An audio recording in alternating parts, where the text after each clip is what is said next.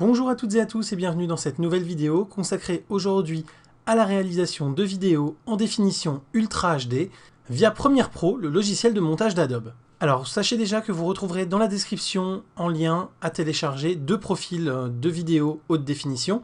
Sachez également que si vous utilisez une version CS6 tout comme moi, l'ultra haute définition sera limitée aux 30 images par seconde maximum et qu'il faudra que vous passiez à la Creative Cloud si vous voulez accéder à de l'ultra haute définition à 60 images par seconde puisqu'il faut avoir le profil 5.2 qui n'est implémenté qu'à partir de la Creative Cloud. Sachez également que pour l'instant Adobe n'a pas prévu d'implémenter le H265, il n'y a pas de date de communiquer à ce sujet, donc pour l'instant vous serez obligé de coder en H264 au niveau de la sortie et d'effectuer ensuite une conversion. Cette conversion, on la fera directement avec un autre logiciel dont je vous parlerai dans une prochaine vidéo qui sera en lien juste ici dès qu'elle sera sortie. Donc on se retrouve ici sur un écran 4K et on imagine que donc on a un record qui a été fait, donc on va faire un import de quelque chose qui doit être en 4K. Donc là c'était la petite vidéo de test qui était là. Voilà. Et donc, comme vous le voyez, sur un écran 4K, si vous utilisez d'autres écrans d'autres définitions, comme je l'expliquais dans ma vidéo du test de cet écran Dell, qui va se trouver juste ici, eh bien, on se retrouve avec des choses qui sont assez petites au niveau de l'écriture, donc ça c'est le petit point faible. Par contre, on a énormément de place de travail, ça c'est le point fort quand même. On a quand même une fenêtre de visualisation qui est très grande, on peut mettre beaucoup de pistes si on le veut, ou alors réduire les pistes pour augmenter encore la fenêtre de visualisation.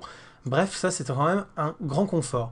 Mais ce qui va vous être aussi utile si vous réalisez des montages en 4K, ça peut être éventuellement par exemple de mettre une partie en 1080 ou en 1440p et une autre en 720p. Imaginons par exemple que je prenne mon Premiere Pro, je le mets ici en 1440p, et par exemple après je fais le choix de venir mettre ma trombine ici en 720p par exemple, si vous voyez si le cadre rouge pouvait être respecté avec juste ma tête, ce serait du 720p. Et vous pouvez par exemple comme ça, sans superposer votre tête sur l'image, et donc sans prendre le risque qu'elle ne gêne, réaliser des tutoriels qui vont être d'une qualité au moins aussi bonne qu'en 1080p, même meilleure en fait, puisque vous allez avoir beaucoup plus de pixels sur l'image. Pensez simplement que tout le monde n'est pas encore équipé en écran 4K, et donc que ceux qui vont regarder votre vidéo sur un écran 1080p vont voir quelque chose de très petit.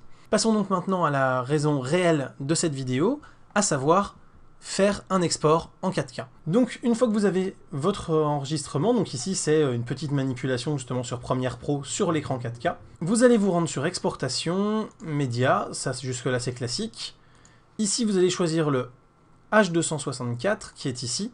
Donc là je vais vous montrer comment le faire manuellement, sinon si vous utilisez les deux profils que je vous ai mis au niveau de la fenêtre de description en dessous de la vidéo, eh bien vous allez pouvoir les importer en utilisant ce bouton qui est là.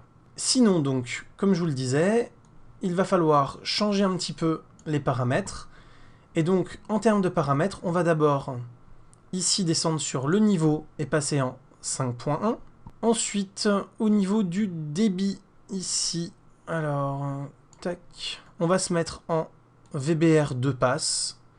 Et si vous voulez de l'ultra haute définition, moi je vous conseille d'avoir quand même un débit qui soit sympa, donc on va partir sur quelque chose qui soit autour de 50 mégabits seconde. Le but étant de préserver la qualité de votre image.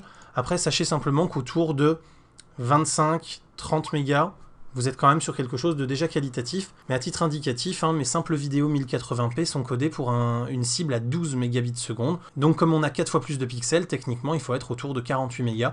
Donc 50 mégas me semble être un bon compromis en termes de qualité. On va donc être là-dessus. Et donc ici on va pouvoir mettre le 3840. Et là vous voyez qu'il m'a mis un message d'erreur. Ce message d'erreur c'est à cause du 60 images par seconde. Donc on va repasser en 30 images par seconde, puisque comme je vous le disais en début de vidéo, il faut avoir un profil 5.2 qui n'est disponible que via la Creative Cloud pour pouvoir monter à 60 images par seconde en 4K. Ici, il faut bien sélectionner le profil supérieur également. Vous pouvez laisser les pixels carrés, le NTSC ou le PAL, on s'en fiche, et là ensuite, il va vous laisser l'accès au 3840 par 2160. Si vous avez chargé les deux profils que je vous ai donnés, vous allez pouvoir aller dans Personnaliser ici, et donc vous allez avoir le YouTube 4K 30 images par seconde par exemple directement comme ça.